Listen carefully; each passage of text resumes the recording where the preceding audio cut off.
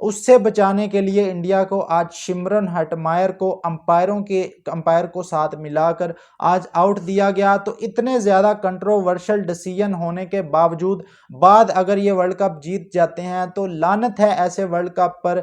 ऐसे world cup जीते बगैर ही हम अच्छे हैं। हमने कल श्रीलंका के साथ मैच खेला, हमारी टीम मैच 65 रन से नहीं जीत सकी, 5 रन से जीत सकी, लेकिन भाई हमने लानत भेजी है ऐसी जीत पर कि हमें नहीं चाहिए ऐसी जीत।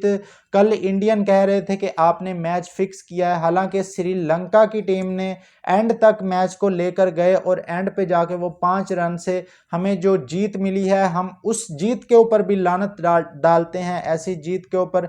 लेकिन आप जिस तरह अंपायरों को साथ मिलाकर जीतते हैं तो भाई ये बहुत ही ज़्यादा कंट्रोवर्शियल डिसीजन होते जा रहे हैं क्रिकेट के अंदर। हर टीम के साथ आपने ये फ्रॉड शुरू कर दिया है।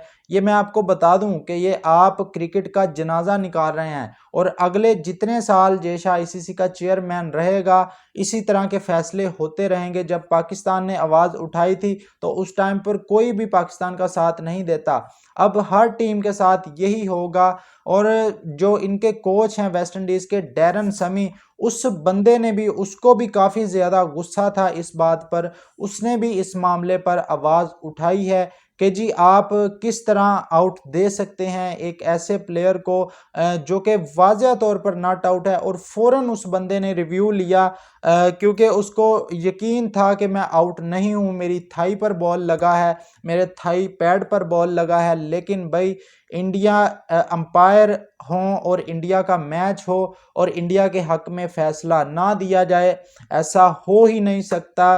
तो बाकी दोस्तों इस पर आप लोगों की क्या राय है कमेंट बॉक्स में ज़रूर बताएं। वीडियो अच्छी लगी हो तो लाइक और चैनल को सब्सक्राइब कर दें। इस तरह की वीडियो के लिए मिलते हैं नेक्स्ट वीडियो में।